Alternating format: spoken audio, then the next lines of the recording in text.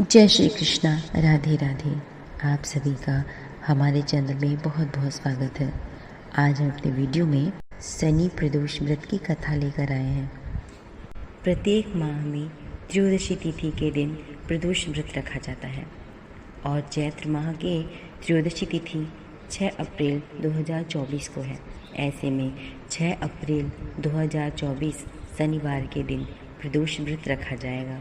यह व्रत शनिवार के दिन पड़ रहा है, इसीलिए इसे शनि प्रदोष व्रत कहा गया है। धर्मशास्त्रों में प्रदोष व्रत को बहुत ही फलदायक माना जाता है। कहा जाता है कि इस दिन यदि प्रदोष काल में भगवान शिव की विधि विधान से पूजा की जाए तो जीवन में आ रहे सभी विघ्न दूर हो जाते हैं और सुख समृद्धि का आशीर्वाद प्राप्त होता है।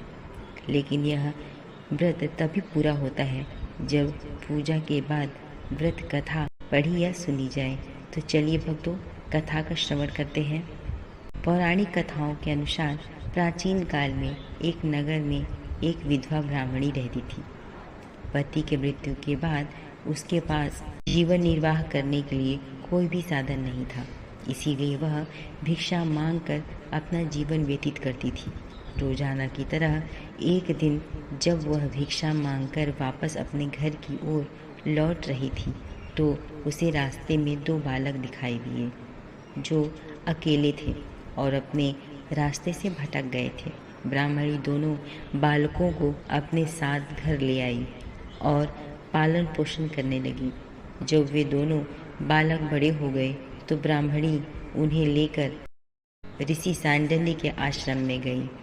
वहां जाकर ब्राह्मणी ने ऋषि सांडल्य से अनुरोध किया कि वह अपने तपोबल से बालकों के बारे में पता लगाएं और ऋषि ने ब्राह्मणी का स्वच्छ मन देखकर उसकी बात मान ली। ऋषि ने अपने तपोबल से पता लगा लिया कि वह कौन है और उन्होंने कहा, यह बालक साधारण नहीं है, बल्कि ये दोनों बालक विदर्भ राज्य के राजकुमार हैं।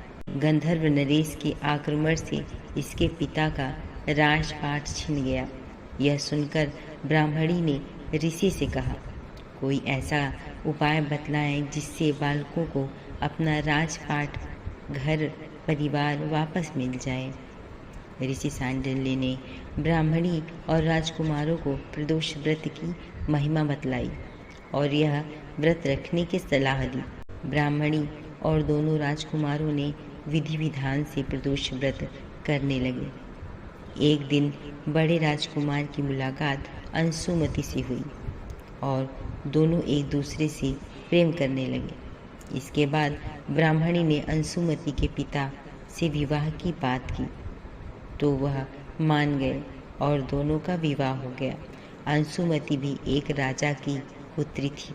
उसके पिता के सहयोग से दोनों राजकुमार ने गंधर्व पर हमला किया और उसकी जीत हुई, जिसके बाद दोनों राजकुमारों को अपना सिंहासन वापस मिल गया और गरीब ब्राह्मणी को भी एक खास स्थान दिया गया, जिससे उसके सारे दुख खत्म हो गए।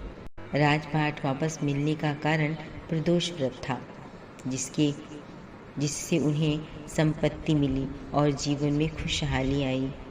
जैसे उस ब्राह्मणी और दोनों राजपुत्रों के ऊपर आपने कृपा की, ऐसे ही सबके ऊपर कृपा करिएगा। जय शिव शंकर।